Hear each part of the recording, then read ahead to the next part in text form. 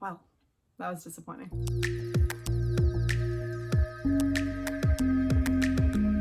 What's up guys, my name is Kaylee, welcome back to my channel. Okay, so another month is over. This is my February wrap up. I read 12 books this month, which tends to be about specifically my average per month. 2 of those were 3-star reads, 6 of those were 4-star reads, and 4 of them were 5-star reads. Let's get into what I read. I'm doing this in order. I'll tell you what my favorite is along the way. Let's go. All right, so I've been trying not to buy so many books, so a lot of these are going to be inserts because they came from the library, and we're starting with The Wives by Taryn Fisher. I gave this book 3 stars. It's a thriller. It's told in the perspective of one woman who is married to a man who has multiple wives. She is the second of 3 wives, and in the beginning you follow her and she gives all these reasons and excuses as to why she is okay with the situation she's in and how he's such a great man and worth all of the pain of not seeing him all week except for her one designated day. But then her mood kind of shifts and you start seeing a little bit more of a jealous side of her, a curious side of her, and I don't know, man. It was a psychological thriller. The first half of the book, I felt like the woman was incredibly dumb and all of her reasoning for being with him and living the life she led didn't work for me. I just didn't buy it. And then the second half of the book takes a completely different turn. And I didn't hate the story, but I also didn't think it was anything incredible, anything worth, I don't know. I wouldn't recommend it. 3 stars is maybe a little generous looking back on it. It's mostly forgettable. I didn't really dig the writing style, and honestly, the ending felt like a whole big excuse. So that said, let's move on. Next, I read Tweet Cute by Emma Lord. I gave this book 4 stars. It's a YA contemporary romance about 2 teenagers who each run the social media Twitter handles of their respective families' restaurant business and get into a Twitter war over a supposed stolen recipe where the big dog of the 2 has stolen a recipe that is passed down generations on the smaller company, which is run by the male character. Their Twitter feud becomes known amongst each other and becomes kind of like a fun thing they do at school, but sometimes it gets a little out of hand. So Pepper and Jack are their names. And just like any other YA, you've got a lot of drama in regards to school stuff, having to figure out how to balance their time amongst school and getting into college, friends, extracurriculars, and also have to run these companies for their parents online, at least. There's a lot of different dynamics at play that carry you through the story, but I didn't give it a full 5 stars. It was definitely very cute, and if you like, easy's not the right word, if you like kind of fluffy, nice stories that are about teenage little budding romances and kind of funny, this is definitely a good book to pick up. I had a good time reading it at the time that I read it. I needed something light and not too heavy, so I enjoyed it. I think that some of it was a little convenient and some of it was a little bit unrealistic. I really don't think that parents that run businesses are going to put all that pressure on their kids to run their social media. More so the big dog family. Pepper's mom really pressed her to control this social media, this Twitter feed, despite the fact that she was like so stressed about school and getting into college, and her mom always put the Twitter first, and I just thought that that was super unrealistic. But I don't know. My parents don't run a business that needs a Twitter, so maybe it is like that somewhere in the world. Then I wanted to dive into something a little bit thicker, and I went with Middle Game by Shauna Maguire. This book has gotten a lot of praise over the last however many months it's been out, like at least half a year at this point. It reminded me in terms of how I read the story of The Starless Sea by Erin Morgenstern, in that in the beginning I was enamored and enthralled and I didn't want to put it down, and then by the end I thought it went on too long. The ending to me was a little bit lackluster. So in this you follow Roger and Dodger. They're born twins, but they don't know it because they're separated basically immediately and sent to different families to live, but they're an experiment to, trying to do this without spoilers obviously, they're just part of an experiment. And they have a connection mentally so they can communicate with each other, and they're watched because of that because if that happens, if they do start communicating, it could mean the end of the world, basically. But they always kind of find ways back to each other, consciously or unconsciously. And I just I dug the characters so much. And the plot, the idea behind the whole story, having these two siblings, one was more math brain and one was more language and linguistic based. They complemented each other perfectly, and they were like the only two people that understood each other really. I really liked that. I liked the separation, and I liked the characters and the growth that they had as they went on through the world. And I liked how Shonen wrote it, the way that the storylines were broken up, and it was all over the place in terms of timelines, because you do have some time jumping. But again, it's a thick book, and it didn't need to be this thick. I feel like all of the build up to the climax made the climax less engaging because it took so long to get there, and then there wasn't enough of a bang at the end for me to feel like the journey was wholly worth it. Close, but not fully. I just couldn't give it a full 5-star. It didn't sit with me as much. Like, I had to think a moment to remember Roger and Dodger's names, having read this almost a month ago at this point. So yeah, I think the 4-star was the right call. Probably 4.5 if I'm feeling generous. The next two books were both 5 stars for me, and I'm lumping them together because they're Heartstoppers Volume 1 and Volume 2 by Alice Oseman. This is a graphic novel series about two boys who become really good friends. They're both in high school. Charlie is out, he is gay, and Nick becomes his friend, and they're very close, and Nick is starting to wonder if he has feelings for Charlie, but he's never had feelings for a guy before. So he's trying to figure out his sexuality across the two graphic novels. And it's like a slow burn friendship to lovers story. And I know Volume 3 just dropped, so I will probably pick that up at some point soon, but it's really cute. There's not like a whole lot more to it than just, I would say, just like Tweet Cute. It's like an easy, not heavy read, though there are a lot of trigger warnings because there's abuse and there's homophobia. There's a lot of little things like that you would expect from a story about someone trying to figure out their sexuality, and someone who is out at high school where it's still not fully accepted to be gay. It's really cute. Definitely not super heart-wrenching, but you fall in love with these characters and you want them to do well together and separate. It's everything that I expected it to be, and all of the hype and the love for the series is deserved, and I can't wait to see what happens with Nick and Charlie next. Those two books were for the ContemporaryAthon that happened in February, and the next book I read was also for the ContemporaryAthon, and I listened to the audiobook for the first time, The Poet X by Elizabeth Acevedo. This, as I said, is a reread. I've read it physically before, and hearing Elizabeth Acevedo voice it was definitely a cool experience, and I do highly recommend it. I'm sure you've heard that before. It is a really good audiobook. Loved it just as much this time as I did the first time. It's a story told in poems of a girl who grows up in a very strict household that's very religious, and she's just trying to come into herself, both as an individual and like in her sexuality, and wants to be a poet and write, and her mom is very strict and against this kind of thing, and it's the dynamics of the family and of her growing into herself. On that, I absolutely love it. Elizabeth Acevedo has a very unique voice and style of writing, and I have loved the two things I've read from her, but The Poet X definitely resides a little heavier in my heart, and I highly recommend it. The next book I talked a lot about in my ContemporaryAthon vlog, so if you want to know more about it, you can go, and I will link it down below and you can check it out. But I was pretty disappointed with this book, and that is Such a Fun Age by Kylie Reed. This is a Reese Witherspoon book club pick. It's not why I picked it. I love the cover. I've seen a lot of good reviews on it, and it definitely had some seeds of being good. I think it's a debut, so I'm interested to see what Kylie Reed... Is it a debut? Let me double check.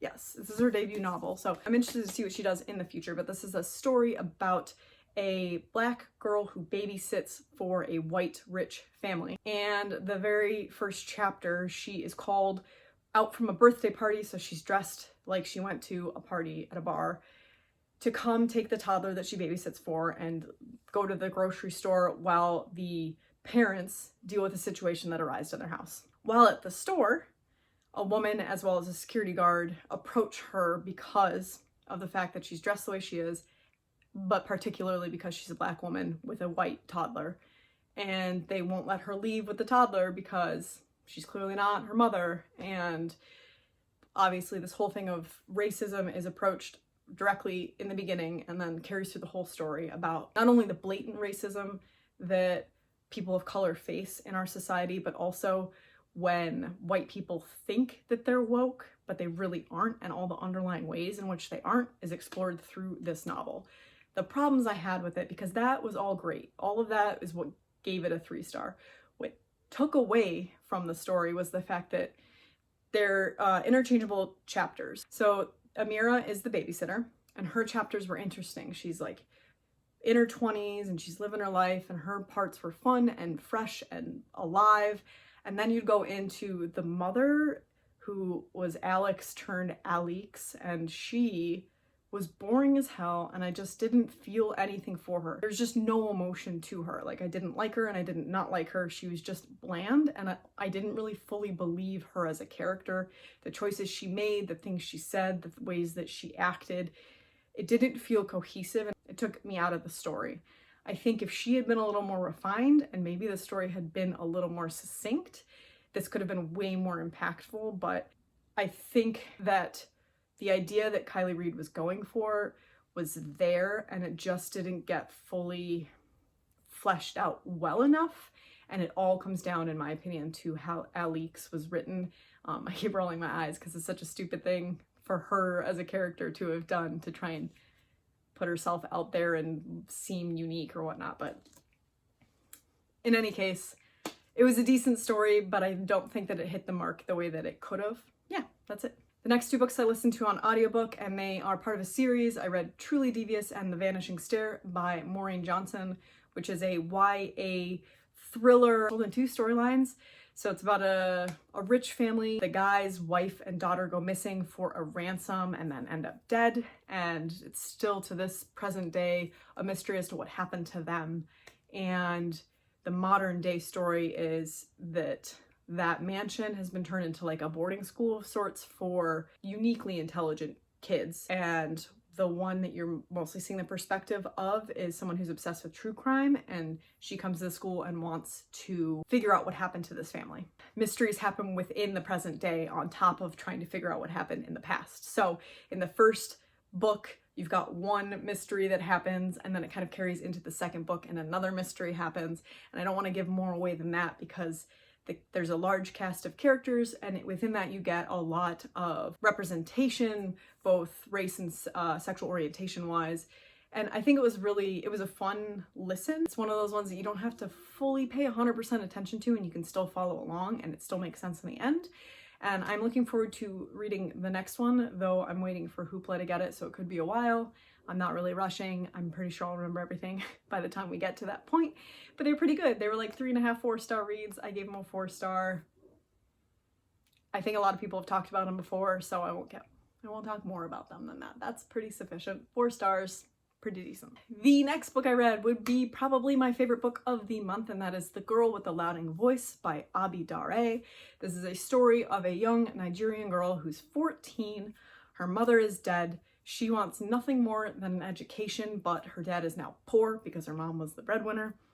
And so he sells her to a man to be his 3rd wife so that her dad and 2 brothers can live. And she doesn't want to do that because now she can't get her education, and now she's someone's slave at 14, and she has to sleep with this man who's like 40 something, and he just wants a son. So she's living with him and basically being raped every night, and she doesn't want to get pregnant, so she is trying her best not to. And one of the 2 other wives and her form a bond, but the other wife, the first wife, is a very jealous woman and treats her like shit. There is a lot of very, very heart-wrenching situations between being beaten and abused, and obviously you've got the sexual aspect of it, of her being forcibly raped against her will, clearly because she's 14. She runs away. A whole other situation occurs from that point. So I would say the first 40% of the book is about that, and then it just gears to a whole different thing. And the cool thing about this book was a book of the month pick, and I skipped the month and I checked the book out in the library, but it would have been a great choice because I did give it 5 stars. The book is written in the voice of the main girl.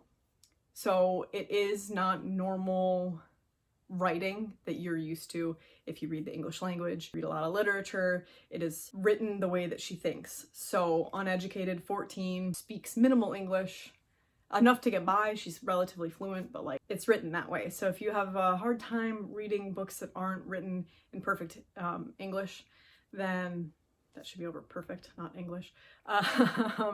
This might not be the book for you, but I thoroughly enjoyed it. I loved the message of it, of this girl trying to become independent and find her footing, and the amount of abuse and turmoil that she goes through and the way that she stays afloat and keeps going and going was quite a story. I recommend it. If you have it on your radar, check it out. Another book that, it was a slight disappointment. It wasn't the most disappointing, but yeah.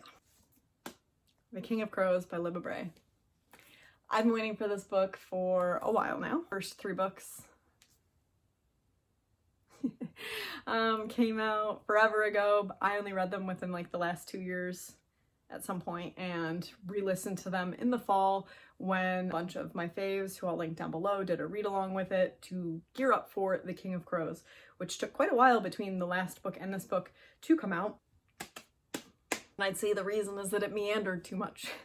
This is like my common theme lately, is that books meander too much. This book was incredibly long and probably did not need to be this long to wrap up, which made it a little bit of a disappointment once we got to the end. Similarly to Middle Game, a lot happened leading up to a very minor climax. I felt like across 4 books there should definitely be a lot bigger of an ending than it was, but I did still have an emotional reaction to certain points in the book, and these characters will always have a place in my heart. They're one of my favorite cast of characters ever. Theta was and remains my favorite character across pretty much any book that exists. I love Theta with all my heart, and she did not disappoint in this novel whatsoever. Evie is a close second. But man, I gave it a 4-star. At first I was like, maybe it's a 5-star, but then I knew it wasn't a 5-star. So I gave it a 4-star, and the longer I separate from the book, the more disappointed I am, because I think when you have a series so phenomenal and so huge and so encompassing of multiple storylines, it's really hard to wrap it up and satisfy everyone. We saw it with The Toll by Neil Shusterman. People really were disappointed with it, and me and a few other people I know really absolutely loved it. You can't please everyone. And I'm sure that Libba made a lot of people happy, but I just, I'm not happy, but it was less than I wanted. And I'm like unselling this book. I still think that you should read it if you are reading The Diviners or have stopped on the 3rd book and haven't yet picked this up. It is worth the conclusion. The story is still well told. Her voice is so specific. I would say that there is a little bit of a pacing issue, not just because the story meanders, but because I don't know if it was an editor choice, but typically in a book you see scene breaks. So like if your characters are outside doing something and then you kind of skip like an hour later and they're inside, you see a page break so that you recognize that time has passed and nothing fluid is written between the two. You don't watch them walk inside, you don't hold their hand as they do those things. And often, like enough that I recognized it, there'd be no page breaks, but that kind of thing would happen where like you're outside with Sam and Memphis, and then a minute later, like the next paragraph, they're sitting on a bed inside, and there's no fluidity to it, which you would want a page break there, right? Obviously I'm not unintelligent, so it didn't trip me up, but it takes you out of the story a little bit to be like, wait. They were just outside, right? So I just feel like there was maybe a rush to get this book out or something, because did anyone else notice that, or was it just me? I don't know. It drove me a little crazy because it happened at least half a dozen times that kind of thing went on. It's very picky. I just thought I'd bring it up. I definitely think it's worth reading. The characters are worth getting an ending for. Yeah, I don't want to... I liked it. I liked it a lot. I didn't love it. And last but not least, at 4 stars, I read Riot Baby by Tochi Onyebuchi. This is a very short, I would call it more of a novella than a novel. It is a story. It's a little bit of, I always want to call it fantasy, but it's not, it's like surreal realism, magical realism. It's a story about a girl who is born with like a ability to see people's futures as well as a ton of other things. She can kind of just disappear. She can basically break apart the earth. She can kill people and things and fix things. And she's got this like weird ability. But she's born to a single mother who lives in Harlem and has to deal with all of the gang wars and seeing people die that she's known. And this takes place like when riots are happening, Rodney King riots, like there's time jumps. So you're mostly seeing the story from the perspective of her little brother that's born right during those riots. And it shapes his life without him realizing it, but his sister knows all along that that's what he was born into. And it's just, it's a very impactful and powerful story about race and police brutality and incarceration amongst Black men, and how it drags out and out and out for minor offenses until they're there for years and years unjustly, and how it affects them and the aftermath. There's just enough fantasy. It didn't hurt as bad as it could because the fantasy element kind of cushions you a little bit, and I thought that was a very interesting choice to make, because instead of it residing in you as this really, really sad and gut-wrenching story, it makes you think more about the message than sitting in your feelings, if that makes sense. That's how I felt at the end of it. I think it's a very important story. It's less than 200 pages and it moves very quickly, so I do highly recommend it. I picked it up as part of like trying to read for Black History Month, either Black authors or books with characters that were Black, and more than half the books that I read last month featured either a Black character or was written by a Black author. So I think that's pretty good. I think that I tend to trend towards that. I try and read diversely in terms of authors year round, but because of Black History Month, and I'd wanted to do Blackathon, but I never can fit it in and around everything else I'm doing. So I did my best, and I was rewarded because my two favorite books, theoretically my two favorite books of the month, Riot Baby and The Girl with the Loudoun Voice, were both written by Black authors and featured Black main characters. And I highly recommend both of them. So The Girl with the Loudoun Voice by Abi Dare and Riot Baby by Tochi Onyebuchi. I think those are books that you should definitely recommend, or that you should definitely check out. And if you take anything away from this video, this wrap up, those are two books you should put on your TBR. That's it for me. 12 books in February. It's going to be much less this month because I'm tackling some larger books, but that means a much shorter wrap up, and we can all use that sometimes. What am I even saying? All right, guys, that's it for me. Like if you like this video, subscribe if you are new here and when you'd like to see more content from me. I post all my social media links down below. You can find me on Twitter, Instagram, and Goodreads. Let me know what your favorite book of February was. I hope you are surviving the winter and that March is going to be good to you. And that's about it. All right, guys, see you in the next one. Bye.